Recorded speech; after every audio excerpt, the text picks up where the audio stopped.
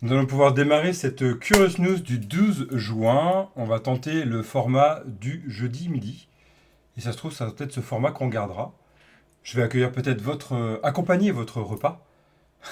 Qu'est-ce qu'on va voir dans cette Curious News? Des belles choses, des nouveautés, mais un truc de dingue. Des nouveautés en plus du côté librairie, ça va faire plaisir. C'est cool ça. Alors, on va parler de 80% d'échecs dans les projets IA. On en a déjà parlé, on va en reparler. On va parler de quoi? Qu'est-ce qu'on va parler d'autre? On va parler de Sonar, de Perplexity, de Solo, ouais, pour générer des sites. On va aller beaucoup plus vite et c'est gratuit.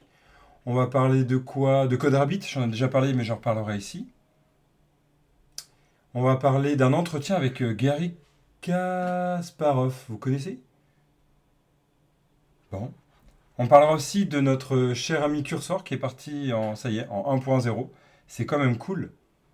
Ça va faire plaisir.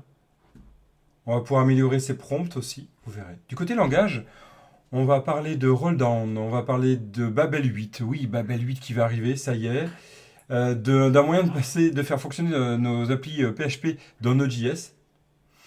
Après, on parlera du côté freelance pour relancer un peu le buzz là-dessus, mais je finirai pas par là, promis.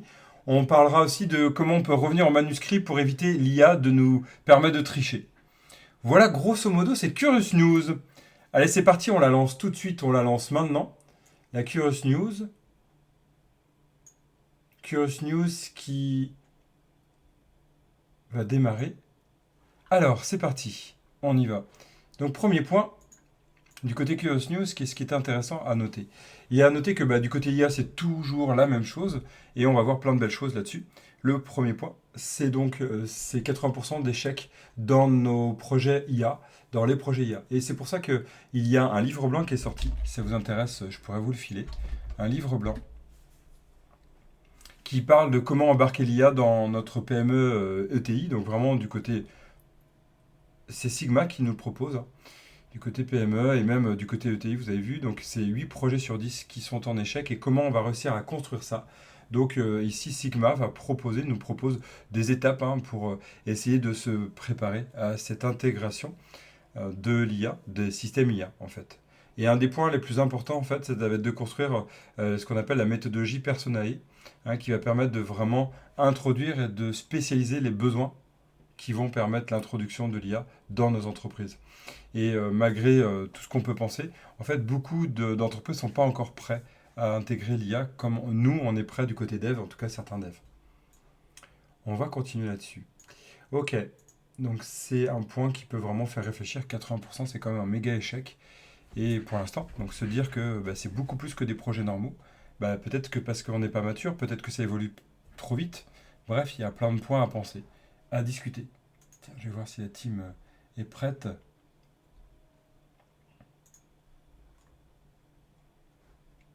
Hop, je vous attends. Ok, yes. Ici, donc qu'est-ce qu'on va pouvoir voir aussi? On va pouvoir voir que on va complètement changer de sujet, mais ça va quand même être en lien. On va parler de Kasparov, vous le connaissez sans doute. Il a fait un entretien, en fait, il y a eu un entretien. C'est Forbes qui en parle. C'est assez sympa. Bon, on connaît tout son chemin, on connaît à quel point il a évolué du côté échec. Et il parle de sa vision de l'IA, et c'était vraiment le point dont je voulais parler ici. Sa vision de l'IA avec, bon, arrêtez avec les pubs, là, surtout du Tému, quoi, n'importe quoi. Euh, Ici, c'est intéressant de voir à quel point, lui, de son point de vue, l'IA peut vraiment être intéressante. Et je trouve que c'était assez sympa de parler de ça, parce que de son point de vue, en tout cas, l'IA, si elle est bien utilisée, l'IA peut apporter du bénéfique. On en a déjà parlé ici longuement. Du côté dev, on pourra se dire que c'est la même chose. Donc nous, est-ce qu'on est vecteur ou pas de ce côté positif? Ça sera vraiment à discuter. On ne parle pas du côté politique de cette personne ici, mais c'est quand même intéressant d'avoir son point de vue, de se dire, ok, est-ce que c'est une menace ou un allié?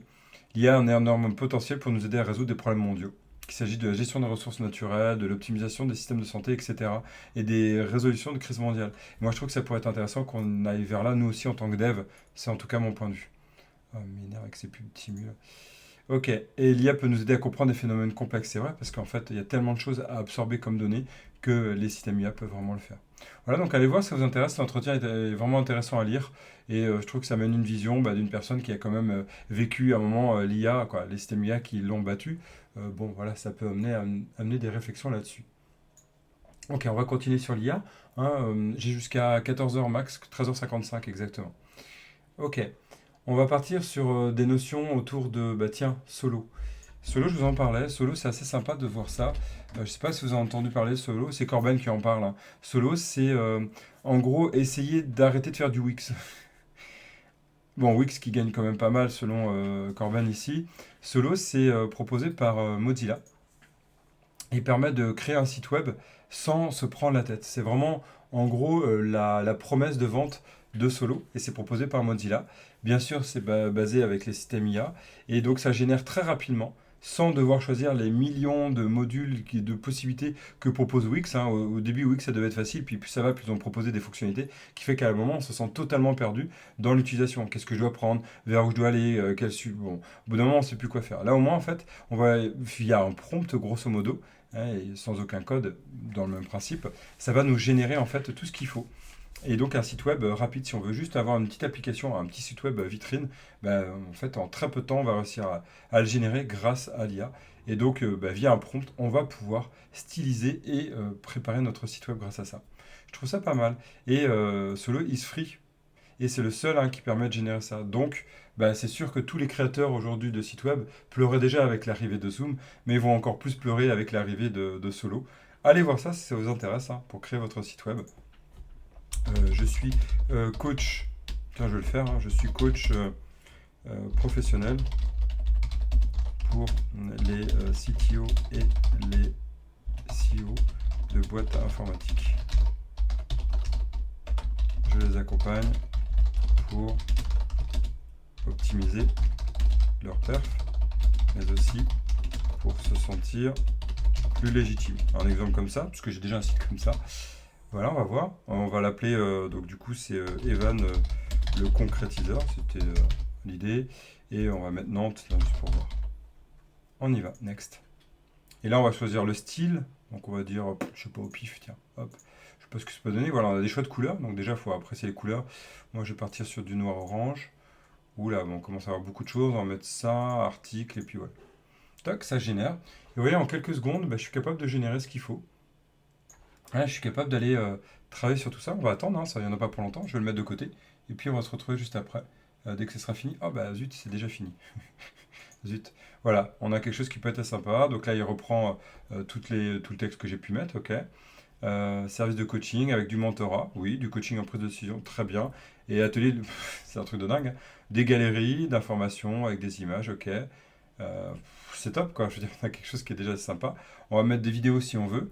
Bon, voilà, en quelques secondes, hein, vraiment, quoi. On va dire une minute et demie, on a déjà un site qui est franchement de qualité. Hein, et donc, on peut avoir même du texte qui a l'air, en plus d'être carré. C'est top, quoi. C'est top. Bon, bah, je vais peut-être le garder, en fait.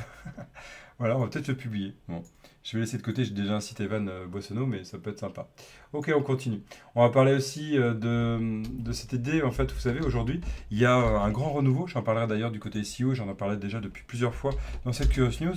Il y a toute une histoire de comment on peut proposer un web qui soit appuyé sur l'IA. Comment on peut construire un web où en fait on n'est plus sur des moteurs de recherche, mais des moteurs qui peuvent être soit gonflés avec les systèmes IA, soit vraiment un système qui va répondre rapidement avec des recherches rapides grâce à l'IA. Eh bien, aujourd'hui, Sonar, c'est exactement ce but-là. C'est proposé par... ici, c'est proposé hein, dans l'idée pour... Perplexity propose un moteur hein, de réponse par IA connecté. Donc allez voir, hein, c'est cette idée de donc Perplexity que vous avez déjà entendu parler. C'est un monde de réponses connectées en temps réel au web. Donc Sonar a été lancé en 2024. Moi, je ne l'avais pas trop suivi jusque-là. Ce qui est assez sympa, c'est que Perplexity, vous savez, s'appuie sur l'IAMA. Et donc, bah, il y a quand même 1200 tokens à la seconde. Ça surpasse Claude et GPT. Toujours pareil pour essayer de se comparer. Zoom l'utilise dans son IA compagnon. Nous, on l'utilise actuellement d'ailleurs dans les formations qu'on donne, où en fait, ça va être un moyen pour pouvoir poser des questions, contextualiser au besoin. C'est pas encore très très utilisé, mais ça peut être vraiment mis en place. Et sachez que le monde l'a aussi utilisé dans son système pour améliorer toute la recherche. Assez sympa à prendre en compte, hein. On est vraiment sur cette évolution hein, du monde IA. Ok, on va continuer sur quoi? On a vu ça, c'est très bien. On va parler de... allez, on va oser se faire peur. On en a déjà parlé maintes et maintes fois, mais là, je voulais vraiment prendre le site qui parle de ça. C'est sakana.ai. IA, quoi. C'est en gros une IA qui serait capable de se réécrire son propre code. On en avait déjà parlé là, mais là, ici, il y a tout le protocole, en fait, de mise en place de ce système-là. Je suis capable de détecter avec, en plus, Darwinian Exploration. Donc, c'est vraiment une idée d'évolution darwinienne. Donc, c'est intéressant. On va créer, en gros, des IA qui vont s'adapter à leur monde. Et voilà, donc ça, c'est assez sympa de voir ça et d'imaginer un peu ce que ça peut donner. Donc les systèmes par agent sont capables de s'améliorer par eux-mêmes et de détecter ce qui est à garder ou ce qui est à jeter. Hein, c'est vraiment du meta-learning.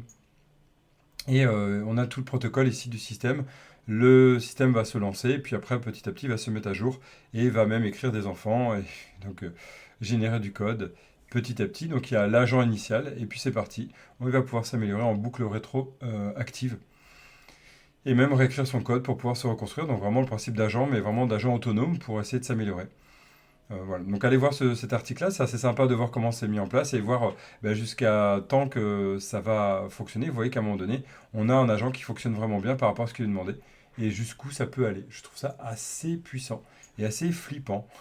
Ils en ont déjà parlé. Eh bien, Skynet, il fait des enfants, c'est fou, mais ouais, c'est un truc de fou quoi. Moi, voilà, jusqu'où va-t-on? Alors, on essaie de quand même rajouter des notions autour de ça en disant que quand même on a aujourd'hui 30 à 40% des réponses des prompts hein, sont en échec ou avec de la hallucination.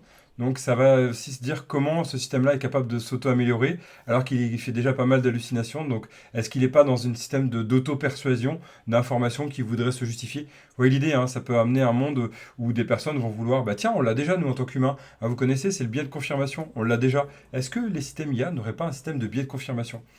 Eh ben, c'est à poser comme question en fait, hein. Est-ce que ces systèmes vont l'avoir quand ils ont des hallucinations? Voilà, à discuter. Il y a le code qui est là, si vous voulez aller voir. Il y a le code qui est là, qui est bah, sur GitHub. Le Darwin Gödel Machine, donc un système évolutif. Et d'aller, bah, voilà, vous pouvez le lancer dans un Docker, voilà, avec Python et de voir ce que ça peut donner. Assez sympa. J'ai pas le temps de le tester, mais j'aimerais bien pouvoir le tester rien que pour voir. Donc si des personnes testent, surtout dites-le moi, ça m'intéresserait vraiment de savoir. Ok, voilà. Bon, pour se faire peur un peu, on va aller encore plus loin. On essaye de voir que petit à petit, hein, il y a une sorte de, je sais pas, c'est en train de tracer tout un monde hein, de tout ce qu'on essaye de chercher, de ce qu'on est capable de faire en tant qu'humain. Et bah, vous avez peut-être entendu parler de Copernica. Copernica qui bah, est capable de, soi-disant, lire nos émotions. C'est Unpowering AI, hein, avec des agents qui vont être capables de lire nos réactions humaines à travers ce qu'on est capable d'écrire. Et après, bah, très bientôt avec notre visage, ce qui est déjà à peu près le cas. Voilà, c'est très joli là, c'est super. Et il est capable voilà, en temps réel de détecter. Et donc c'est pareil, se dire waouh, jusqu'où on peut aller, est-ce qu'on pourrait pas le mettre en place dans la santé et ça fait réfléchir en fait sur ce monde médicinal. Je sais pas moi, si vous vivez ou ressentez ce que moi je ressens, mais de mon point de vue en fait, j'ai vécu pas mal de personnes dans la médecine. Attention, je peux pas mettre tous les médecins dans le même panier, bien entendu, mais les personnes que j'ai côtoyées, dans 80% du temps, non 70% on va dire, entre 70 et 80, trois quarts du temps, vraiment c'est des personnes qui étaient froides, qui n'avaient aucune émotion et qui n'écoutaient pas en fait ce que je ressentais et qui bah, en plus m'ont fait des choses qui étaient vraiment sans mon consentement par moment. N'allez pas trop loin dans les réflexions, mais vraiment j'ai vécu des choses qui étaient vraiment pas agréables et je ne suis pas le seul. Et bien se dire que est-ce qu'un système IA ne pourrait pas remplacer ça ou accompagner les médecins qui ne sont pas capables d'empathie, ben, je dirais que ça pourrait être pas mal quoi. Et donc bah, si on arrive à ça, ça peut être aussi flippant parce qu'à un moment donné on va s'y réfugier. J'en avais déjà parlé de ça où il existe une application hein, qui s'appelle Replica, pas Copernica, Replica où les jeunes ben, en fait parlent. Il y en a de plus en plus de jeunes qui discutent avec ces systèmes IA. C'est ChatGPT derrière, hein, je crois que c'est la version 3.5 hein, et maintenant je crois qu'ils sont passés à 4 à vérifier cette info-là et qui discutent en fait avec et ça devient des amis. Eh bien, ouais, s'il y a des personnes qui sont pas en train de te juger, de te dire des méchancetés, je trouve ça cool quoi. Après, de l'autre côté, bah, ça nous apprend pas aussi la vraie vie, à discuter avec des vrais humains. Voilà, donc là, bah, qu'est-ce que ça va donner avec des systèmes IA qui sont capables de mieux détecter peut-être nos émotions. Bon, je vais le tempériser, hein. Il y a une information que j'ai chopée quand je suis allé lire un peu plus que Replica, pas Replica, pardon, Copernica, c'est cette info-là. C'est de se dire, est-ce que vraiment on est capable de lire et comprendre les émotions? En plus, l'idée, ça serait de les lire. En plus, je vais jamais sur Temu, c'est un truc de dingue. Je déteste Temu, c'est partout quoi. La pub qu'ils mettent là-dedans, ok. des ventilateurs avec des drôles de formes. Bah, j'ai même pas envie de regarder. Ok. On a voilà, des systèmes qui tentent vraiment de détecter le sens de ce qu'on écrit et qui vont essayer de réagir de manière empathique, hein, et donc de s'adapter par rapport à ça. Est-ce que c'est vraiment réel? Est-ce qu'on va pouvoir y arriver? Eh ben, en fait, parmi tout ça, quand vous lisez, on va choper des informations comme l'information première que j'ai chopée, c'est la complexité des émotions et leur contexte historique échappe encore à l'IA. On est encore dans cette étape où on n'y est pas encore. Ouais, mais ça va peut-être bientôt arriver, quoi. Ça va peut-être bientôt arriver.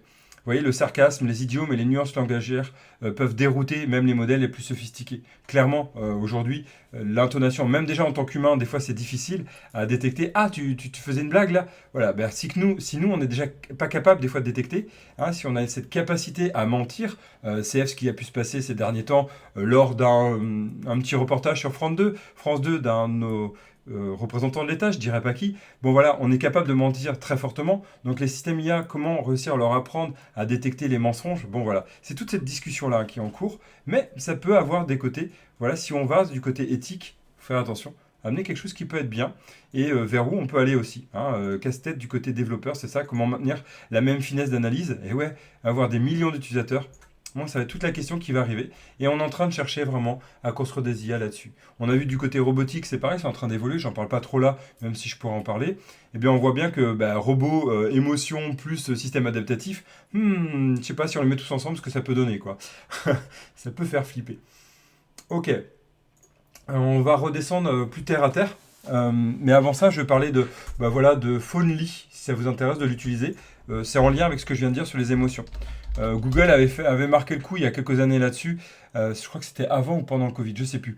Alors vérifier ça. D'un système où quand on t'appelle, en fait, tu parles à une IA et tu as vraiment l'impression que c'est quelqu'un d'humain réel. Ici, j'ai déjà démontré via certains outils qu'on peut intégrer en tant que dev que bah, les systèmes de vocation, ouais, pas cherche le mot français, de diction sont vraiment impressionnants. Aujourd'hui, eh bien là, il y a Phonely que vous pouvez utiliser qui permet en fait d'aller scaler des appels, tout ça grâce à un système IA.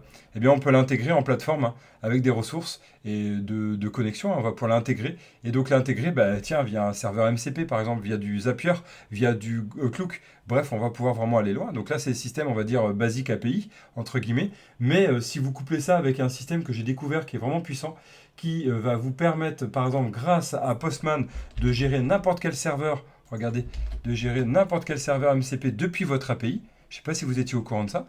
Regardez, on peut générer un MCP serveur à partir de vos API. Donc vous prenez n'importe que vos API publiques et vous pouvez générer un serveur MCP par rapport à ça. Pourquoi ça peut être pratique? Eh bien, ça va vous permettre de connecter ça via les systèmes IA. Eh bien, vous allez pouvoir connecter votre système Phonely, par exemple. Et vous voyez le système qui va arriver. En fait, les API, aujourd'hui, vont nous servir de tremplin à créer plutôt des MCP serveurs. Et donc, il y aura de moins en moins de vrais API, on va dire. C'est en tout cas ce qui est en train de se dessiner. Et j'ai vu un article là d'ailleurs, là-dessus. Je vais vous montrer ça. Un article qui fait réfléchir à ça. Hop, c'est cet article-là. Donc ça, je vais laisser de côté, c'est assez sympa. J'avais déjà fait une formation autour de Postman, je ne l'ai pas mis à jour, j'ai pas eu le temps. J'en ferai une autre très prochainement. Et j'intégrerai sans doute cette notion-là. Regardez, c'est la personne qui dit, j'ai arrêté de construire du front-end. J'ai arrêté. Maintenant, j'utilise que des MCP serveurs pour, en gros, pour communiquer avec mes API. Parce que de toute façon, le front-end, c'est qu'un moyen de parler des API. Eh bien, en fait, en 2025, selon cette personne-là, on peut très bien se dire, on n'a plus besoin de front-end. Et on va utiliser donc du coup ce système-là, hein, donc les Postman MCP Generator. On va utiliser aussi, regardez, MCP Use, qui peut être vraiment pratique. Ou Che, dont je vous avais déjà parlé, pour faire des agents. Et donc vous couplez tout ça, vous arrivez à faire un système où il n'y a plus besoin de front-end, en fait. MCP Use, donc c'est un open source qui connecte n'importe quel LM, tout n'importe quel MCP serveur. Donc vraiment, en gros, la passerelle de communication. Donc c'est facile d'utiliser, c'est flexible pour tous, on peut construire vraiment un ensemble qui peut être vraiment pratique. Et bah, il y a un chat qu'on peut utiliser déjà pour tester ça. Donc là, vous pouvez vous connecter. Moi, je m'étais connecté via Google de mes souvenirs, ouais, pour vous montrer. Hein, vous voyez, j'essaie de faire le lien avec tout ce qui se passe. Voilà, je vais pouvoir le connecter à un serveur et regarder tout ce qui est présent.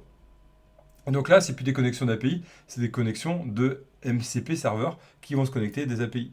Donc là, on va se connecter à Notion, on va se connecter à GitLab, ce que propose aujourd'hui d'ailleurs notre cher ami comment, ChatGPT. Hein, c'est la même chose, ce qu'on découvre aussi du côté curseur. Ok? Voilà, donc allez voir, allez tester, c'est assez sympa et vous allez en gros plus besoin de front-end, vous allez pouvoir communiquer là-dessus. Est-ce que c'est réellement le cas? Je sais pas, mais je trouve que la réflexion elle est intéressante de se dire que peut-être qu'il n'y a plus besoin d'interface en fait, juste de l'IA et c'est l'IA qui va aller faire tout ce qu'on a besoin de dire. Petite parenthèse, il y a à peu près 15 ans, j'avais un employeur qui était du coup mon patron, Dimitri, si tu regardes cette vidéo, qui était déjà dans cette réflexion en fait du côté site web de proposer en fait une ligne de commande en haut de notre site web où en fait on pouvait demander tout ce qu'on voulait sur le site web à travers cette ligne de commande. J'étais vachement visionnaire en fait quand je viens de réaliser ça maintenant, c'est qu'en fait il avait déjà imaginé ce système-là. On l'avait pas du tout couplé avec un système IA, on avait couplé ça avec des systèmes de lecture sémantique et autres, mais en gros on était un peu dans cette amorce-là quoi. Et bien typiquement c'est ce qui est en train d'arriver. Pourquoi pas mettre en place ça dans tous les sites?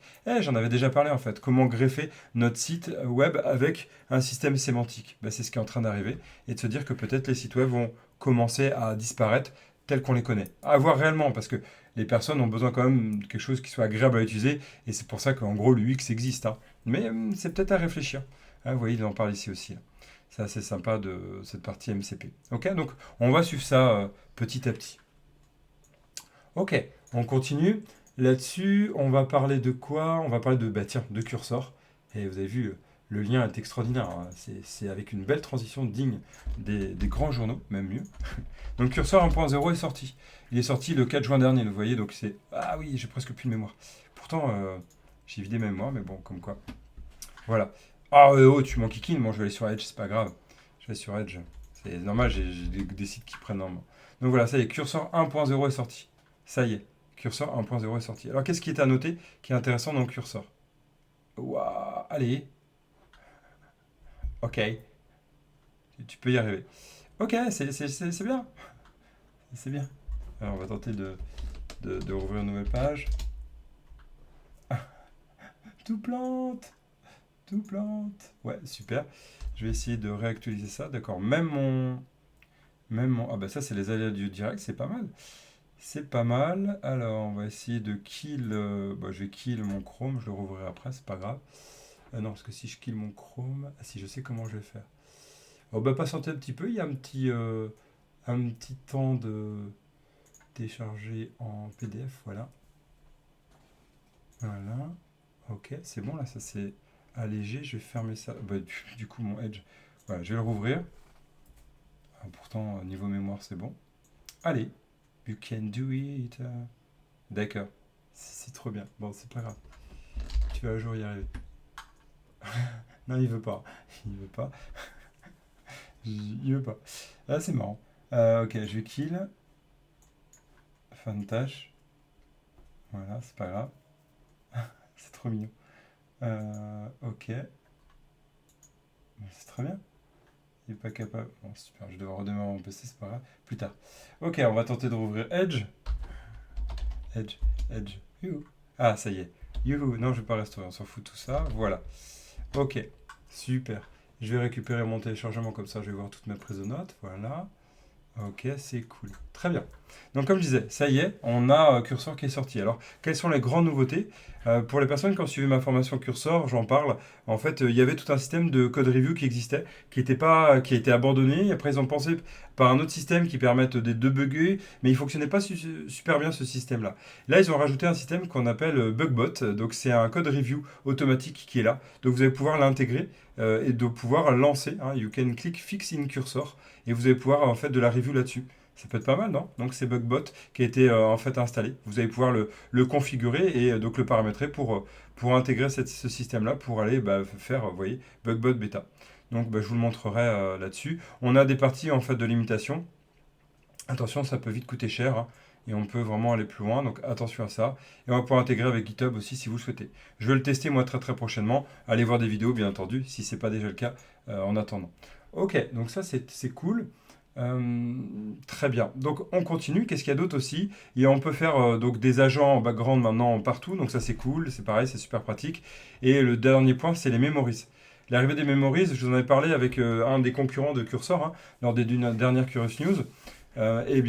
Cette idée en fait, c'est qu'on va pouvoir le faire aussi directement dans Cursor. Et donc les memories, ça va permettre de rappeler tout ce qui s'est passé dans les conversations et on va pouvoir s'y référer dans les discussions futures. Donc ça va être vraiment pratique. Pareil, c'est en bêta, hein. Mais vous voyez, on peut voir View Memories et se rappeler ce qui s'est passé et de ce qui a pu être dit avant, et même réutiliser ce qui a été dit dans un nouveau chat. Ça, c'est les grandes nouveautés. Il y en a plein d'autres, hein, vous verrez. Il y a des settings, il y a plein d'autres choses. Mais grosso modo, ce qui est vraiment marquant là-dessus, et après, il y a plein d'améliorations, puisque c'est comme du curseur, comme du VS Code. Donc, ils vont améliorer tout le visuel, les refresh, le fast edit sur des longs fichiers. Vous voyez, là, on n'est plus sur du confort de l'outil. Mais du côté agent, bah, donc à retenir la partie vraiment code review et la partie memories. C'est cool ça. Ça, c'est cool, ça fait plaisir. Ok, qu'est-ce qu'on a d'autre à voir? Cursor est sorti. Ah oui, je voulais vous parler d'un système. Si vous voulez abandonner tous les chats GPT hautes et vous voulez travailler que sur l'IAMA, bah, sachez qu'il existe un système qui permet de convertir et d'améliorer vos prompts qui sont faits pour ChatGPT pour l'IAMA. Hey, c'est un truc de dingue. Donc c'est open source, hein, qui permet de migrer tout ce que vous allez faire pour améliorer vos prompts, hein. C'est l'optimisation de prompts. Je trouve ça assez dingue cette idée-là. Je trouve ça, voilà, c'est particulier. Vous allez prendre ça et il y a vraiment des améliorations, regardez, qui sont vraiment assez flagrantes, quoi. Donc on va pouvoir améliorer de jusqu'à 60% nos prompts. Donc vous allez passer en fait et vous allez donc récupérer ça. Il va vous optimiser les prompts que vous avez utilisés. Voilà, j'ai ça, l'original. Et voilà, il va générer ça pour l'IAMA. Ce qui montre bien qu'un prompt va aussi être important à cadrer suivant en fait le modèle qu'on utilise. Hein, ça va être un point aussi clé. Donc là, on voit qu'ici, il a été créé de base. Et là, je vais l'optimiser donc pour l'IAMA. Intéressant, non? De voir ça. Ok, on continue. Qu'est-ce qu'on peut voir? Je crois que j'ai quasiment fait le tour sur toute la partie IA. Ah non, il y a une IA qui, si, ça je vous avais dit. Ah oui, je voulais vous parler d'un dernier point de CodeRabbit. Je ne sais pas si vous connaissez CodeRabbit. Dans les formations autour de l'IA que je donne, j'en parle aussi. CodeRabbit, hein, c'est vraiment un système que vous pouvez intégrer à VS Code qui permet de faire de la review si vous ne passez pas par Cursor et qui permet même d'être intégré du côté GitHub. C'est super pratique. On peut faire donc des code review automatiques, détecter et fixer des problèmes, hein, même des unit tests qui pourraient manquer. Et puis ça peut même aller du côté donc PR. C'est vraiment puissant. C'est intégrable à Cursor aussi et à Windsurf. Donc ça complète ce qui manque dans Cursor. C'est vraiment top. Allez voir, c'est super puissant cette partie-là. Et je vous le recommande. Donc bah, là-dessus, bah, voilà, je vous invite à l'utiliser. C'est appréciable, il y a vraiment des belles choses. Après, bah, c'est toujours pareil, c'est un système basé sur l'IA. Ok, on va passer sur quoi? Il va nous rester une petite demi-heure, un peu moins. On va passer maintenant, on a fini sur la partie IA. On va parler langage framework maintenant. Ok? On va partir sur cette deuxième étape. Qu'est-ce qu'il y a à voir? Bon, bah, comme chaque mois, le fameux truc qui sert à rien, je sais pas. Ça rassure certains, pourquoi pas. Le fameux mise à jour des langages les plus populaires. Ok, j'en parle vite fait parce que franchement, est-ce que ça a vraiment un intérêt? Je sais pas. Python a encore pris 10%, quoi. Donc c'est intéressant de voir que Python est encore reparti à la hausse. Moi, ça me fait dire qu'il faut vraiment que je monte sur Python, mais j'ai vraiment pas le temps pour l'instant. Mais j'espère que cet été, j'aurai le temps. On verra. C++, c'est toujours devant. Avec Java, tiens, Java a remonté. Et C Sharp toujours en cinquième. C Sharp reste toujours en cinquième. Par contre, c'est intéressant de noter que Java descend. JavaScript, pardon. JavaScript descend. Ouais, pourquoi pas, quoi. Et Ada qui est en 11e, quoi. Et si on descend, par contre, Rust bah, redescend aussi. Et on notera COBOL, PHP, bon, on remonte un petit peu. De toute façon, PHP, aujourd'hui, heureusement, il monte pas mal de choses. Et bah, SQL, oui, bah, c'est normal, hein, SQL, on en fait de moins en moins. Menacé par l'essor de l'IA, c'est quand même intéressant, hein, des IA d'ailleurs. Faut pas dire de l'IA, c'est des IA. Ok, le SQL a bel et bien toutes les caractéristiques d'un langage de programmation, bah oui, ça c'est sûr. Et bah ouais, il est en train de descendre parce que de plus en plus, les systèmes IA réussissent à générer pas mal dessus. Ok, très bien. Alors qu'est-ce qu'on a montré aussi? Ah oui, je vais vous parler de ECMAScript. Vous savez qu'ECMAScript, chaque année, il y a une nouvelle version. Et bah, ce qu'il y a à connaître, hein, dans cette Curious News ce mois-ci, cette semaine, c'est qu'il y a des propositions qui sont en stage 4, donc qui sont quasiment validées pour JavaScript. C'est quoi? Ben, on va avoir le ERF from async, le error is error, les explicit resource management et d'autres qui vont être prévus. Donc ils sont quasiment validés, hein, ils sont quasiment validés. C'est la 108e TC39 un meeting, vous imaginez. Donc ces meetings qui font TC39, hein, c'est ceux qui valident. Il y a même un repo, hein, TC39, qui valide tout ce qui est proposé du côté JavaScript. Donc il y a ERF from async qui est en stage 4. Voilà, il y a le isError aussi. Il y a le resource management, donc toute la partie using qui va bientôt arriver, ça c'est cool. Il y a toute la partie ici donc d'amélioration, regardez du random, hein, on a plein de nouvelles choses du côté random, ça peut être cool. C'est en stage 3. Voilà, qu'est-ce qu'on a d'autre? Voilà, l'amélioration, ça c'est cool. Oui, le proposal seeding aussi, pour alimenter aussi. Ça peut être pas mal. Et voilà, c'est en stage 2 avec le mat clamp. Donc voilà, on a des petites mises à jour qui vont arriver dans JavaScript très bientôt, dont le using et dont pas celui-ci qui est important, mais le ref from async. Je vous en reparle dès que c'est livré, hein. Ok, on continue. Qu'est-ce qu'il y a d'autre? Oh, un truc intéressant pour les personnes qui font du React ou qui veulent pas passer par vite, il y a Babel. Hein, Babel, vous savez, Babel qui est un transpiler qui permet de passer de Babel dernière version JavaScript à la version que vous souhaitez. Eh bien, il y a Babel 8 qui est en version bêta, donc en alpha 0, qui était ça il y a 2 ans, hein, c'était l'alpha 0. Ça y est, il est passé en bêta. Il y a pas mal de nouveautés que vous pouvez lire ici, hein.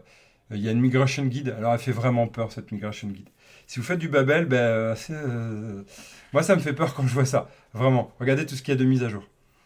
Il y a plein de nouveautés. Il y a plein de nouveautés qui sont plus dans Babel 7, qui vont être dans Babel 8. Euh, alors voilà, il y a plein de parties là. On va autoriser la partie bug fix. Alors il y a plein de parties, il y a des packages qui sont renommés. Plein de packages qui sont renommés. Donc au secours, voilà, proposal ou transform. Normal c'était les proposals, hein.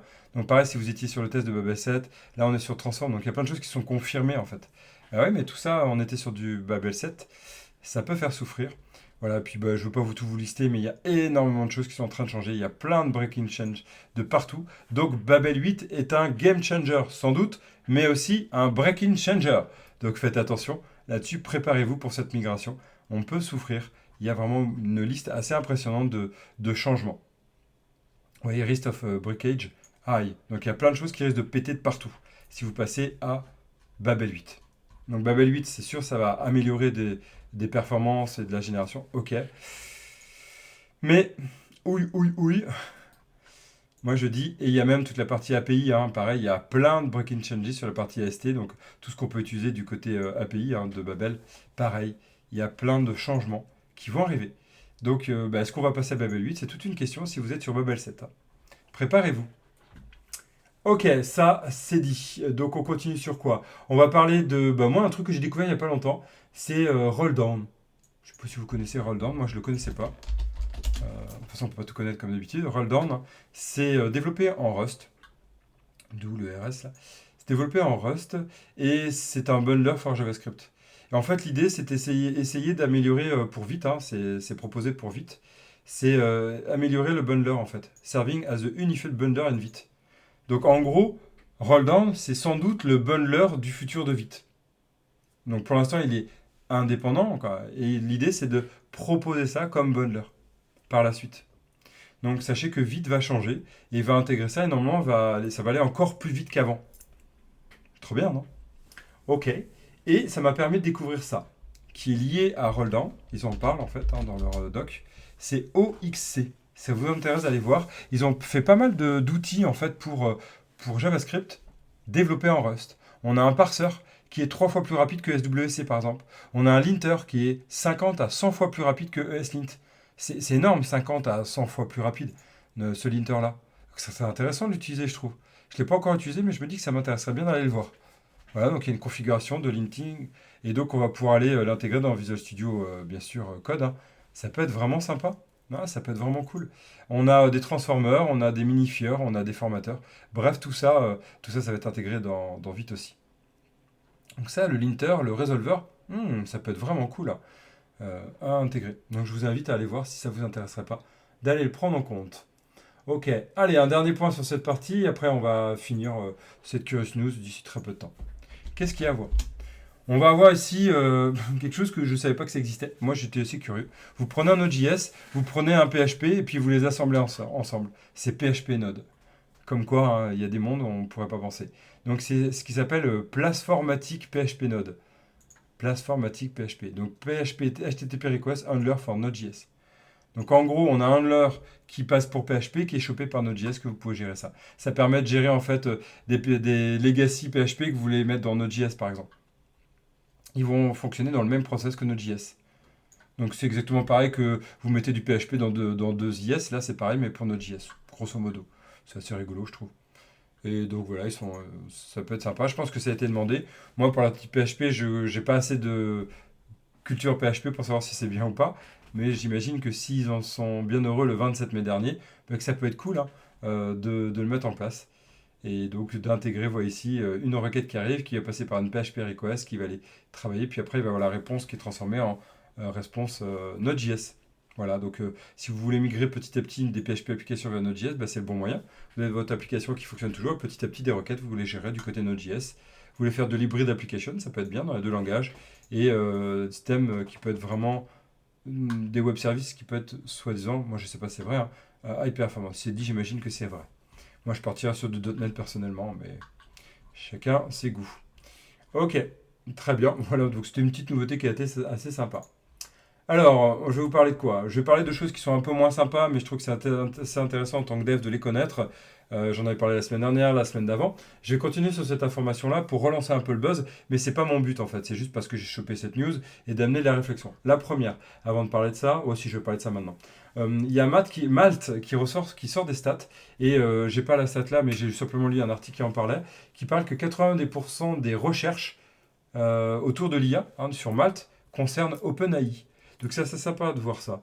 Il y a aussi un autre point qui ressort, c'est que Malte a détecté par ses stats que, en fait, nous, devs, on est plus en avance que la demande du marché réel.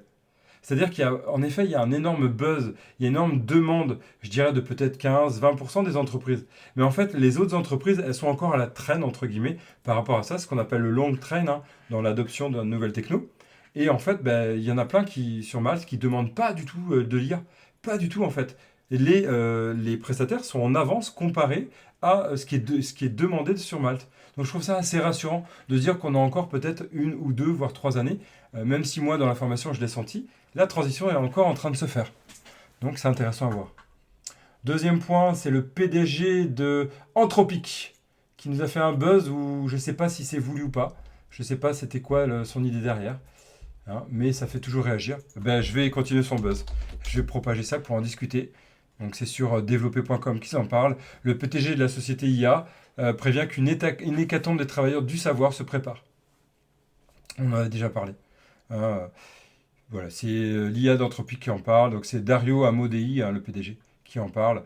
Et qui pourrait toucher 20%, c'est quand même énorme, hein, pour atteindre 20%. Il a réitéré cette affirmation lors d'une interview le lendemain. Donc vous voyez, c'est tout frais. Hein. L'IA commence à devenir meilleure que les humains dans presque toutes les tâches intellectuelles. Non. L'IA va devenir meilleure que de ce que les humains font. Ça, c'est plutôt c'est leur promesse en fait. Hein. On sait très bien à quel point il y a plein d'erreurs qui sont encore connues. Évoque l'impact de l'IA sur l'emploi. Bon voilà, on en a déjà parlé. Mais je trouve ça intéressant, c'est que même quand Anthropic en parle, est-ce que c'est réellement, est-ce que ça va arriver? C'est toujours à questionner. On en a déjà parlé plusieurs fois ici. Et je dirais plutôt, est-ce que ce serait pas, voilà, on en a déjà parlé sur LinkedIn lors d'un post que j'ai fait, est-ce que ce serait pas un bouc émissaire hein. Elle masque des choix de réduction de coûts, elle permet aux entreprises de paraître modernes, et elle évite d'avoir à justifier des erreurs de management. Ouais, moi je pense qu'il y a quand même ça qui cache derrière. Je vous avais parlé de mon inquiétude autour des burn-out qui vont arriver à cause de ces systèmes IA. Faisons attention, et j'espère que pour vous ça va du côté dev dans votre entreprise. Et moi je vais amener un côté positif, c'est que Alphabet, oui, Alphabet, alors j'ai pas pu lire tout l'article, mais j'ai bien aimé le titre. Alphabet, vous allez voir, il embauche encore. Bon, s'il veut bien rêver, il embauche encore. Vous voyez dans le titre, hein, Alphabet CEO, expect to keep hiring, je pense, engineers. Donc c'est sûr, ça va arriver, quoi. Donc ça veut dire que, bah, malgré tout ça, bah, disons, prends ton temps, hein, malgré tout ça, même si on en parle de tout ça, bah, il y a encore des entreprises qui embauchent. Ça fait plaisir. Ça fait plaisir à dire. Alors, en parlant d'IA, il y a des entreprises, pardon, des écoles, vous voyez, c'est ici. Hein. Voilà. C'est cool, donc moi je trouve ça assez sympa de se dire qu'ils vont quand même embaucher des ingénieurs. Je trouve que c'est un bon là pour montrer aux entreprises qui peut-être s'inquiéteraient, de dire que non, on peut quand même continuer à embaucher, même s'il y a l'IA. Vraiment. Et je continuerai par l'IA. Vous savez que c'est un sujet qui nous fait réfléchir toujours. Il y a des écoles qui sont complètement perdues sur comment évaluer les compétences. Comment empêcher la tricherie. Est-ce que la tricherie, c'est quelque chose qu'on doit contrôler? Ça a toujours été la question. Et ben, une question qui peut se poser, que je lisais en bas, là, dans les personnes qui ont répondu, là, tout en bas. Imaginez qu'on sache que quelqu'un qui nous opère a simplement été formé grâce à l'IA. Est-ce que ça va nous rassurer? Est-ce que ça va nous rassurer? Je sais pas. Je sais pas. Mais en tout cas, il y a des écoles qui, c'est sorti là l'article, qui parle qu'ils ont demandé à interdire l'IA durant les examens pour revenir à du manuscrit. Voilà, le retour du stylo et du papier, quoi. C'est un truc de dingue. C'est sûr qu'on peut plus facilement contrôler que les personnes apprennent. Et je dirais que si elles ont appris avant avec l'IA, pourquoi pas. Mais voilà, je trouve que ça fait réfléchir à comment on vit ce changement. Est-ce qu'on l'accompagne ou pas? Et dans les écoles, voilà, est-ce qu'un jeune qui apprend que par l'IA est quelqu'un sur qui on peut faire confiance? Je sais pas. Je sais pas du tout. Et c'est une vraie question. Et je vais finir par deux points, donc une conférence et un autre point pour finir cette Curious News du jeudi 12 juin. C'est quoi? Du côté jeux vidéo. Tout d'abord, bon, une mauvaise nouvelle. Vous savez que je développe un jeu vidéo avec une personne, avec un ami. On a une entreprise, quoi, un studio par rapport à ça. Et nous, on le ressent aussi.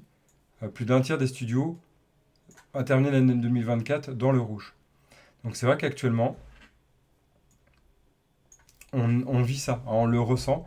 Il y a un, un point où on sent que du côté jeux vidéo, même si on pensait que, c'est en train de se resserrer le marché aussi du côté jeux vidéo. Et c'est assez à s'interroger en fait, hein, sur l'impact aussi sur les jeux vidéo. Est-ce que les studios indep vont continuer à pouvoir survivre? Vous savez que peut-être la CNC, je ne sais pas si vous le savez, mais la CNC, pareil, a resserré, rajouté des critères pour obtenir les budgets en fait d'accompagnement à la création de jeux vidéo par exemple. Donc en tant que développeur de jeux vidéo, ça peut être encore plus difficile d'obtenir les fonds nécessaires pour se développer au démarrage. C'est un peu comme de l'investissement, quoi. Donc c'est assez flippant. Et ça a questionné. Mais malgré tout, Xbox va avoir une petite sœur. Vous êtes peut-être au courant si vous aimez jouer ou développer des jeux vidéo. Il existe donc du coup la première Xbox portable. Elle s'appelle Ali. Voilà, c'est une Xbox exactement comme du coup la Steam Deck ou comme la Switch, hein. Elle se veut la concurrente de Switch de Nintendo. Moi, je l'ai pas du tout testé. Alors, je sais pas si vous l'avez testé. Moi, je l'ai pas du tout testé dans cette idée, même en test. J'ai pas vu encore de test là-dessus. Mais pourquoi pas, quoi? À voir. Est-ce que c'est intéressant? Est-ce qu'il y a vraiment cette idée? Bon, ça va arriver, hein, mais j'ai pas eu vu de retour là-dessus. Ça va arriver dans les mois qui viennent, donc ils sont vraiment en cours de création de cette nouvelle console. Voilà, vous voyez, la forme, ça ressemble beaucoup à une Steam Deck, hein, par exemple. Et bien sûr, c'est annoncé juste après Switch 2, évidemment. Ok, et on va finir sur quoi? Eh bien, à partir d'aujourd'hui, oui, je l'ai loupé l'info, mais il y a une grande conférence qui a lieu. C'est la Nvidia GTC qui a lieu de aujourd'hui. Non, c'était avant-hier, pardon. C'était du 10 au 12. Oui, c'est que j'ai regardé le 10 quand j'avais préparé la Curious News. Du 10 au 12, donc jusqu'à aujourd'hui, vous avez une conférence qui parle, à votre avis, vous allez dire quoi? Qui parle d'IA, oui, que d'IA. Et il y a plein de sessions autour des plateformes, de l'IA agentique, je ne sais pas si il y en a qui sont, de l'IA et de la robotique, de l'IA souveraine, bref, de l'IA quoi. Voilà. Quelle conférence n'a pas l'IA? Bon. Ok, en tout cas, il y a des certifications qui sont en cours qu'on peut obtenir, hein, pour essayer de travailler avec l'IA selon NVIDIA. Voilà, il y a des recherches autour de ça, c'est assez intéressant. De toute façon, vous savez qu'NVIDIA développe même des puces, hein, qui vont être connectées à l'IA. C'est aussi des questions à se poser. Ok, on a fini cette Curious News.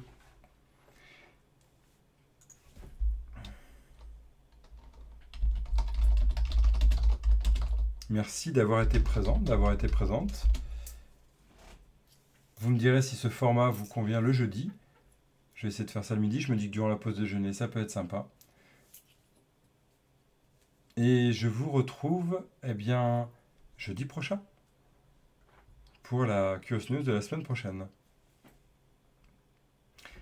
À très vite. Bah, avec grand plaisir pour les news.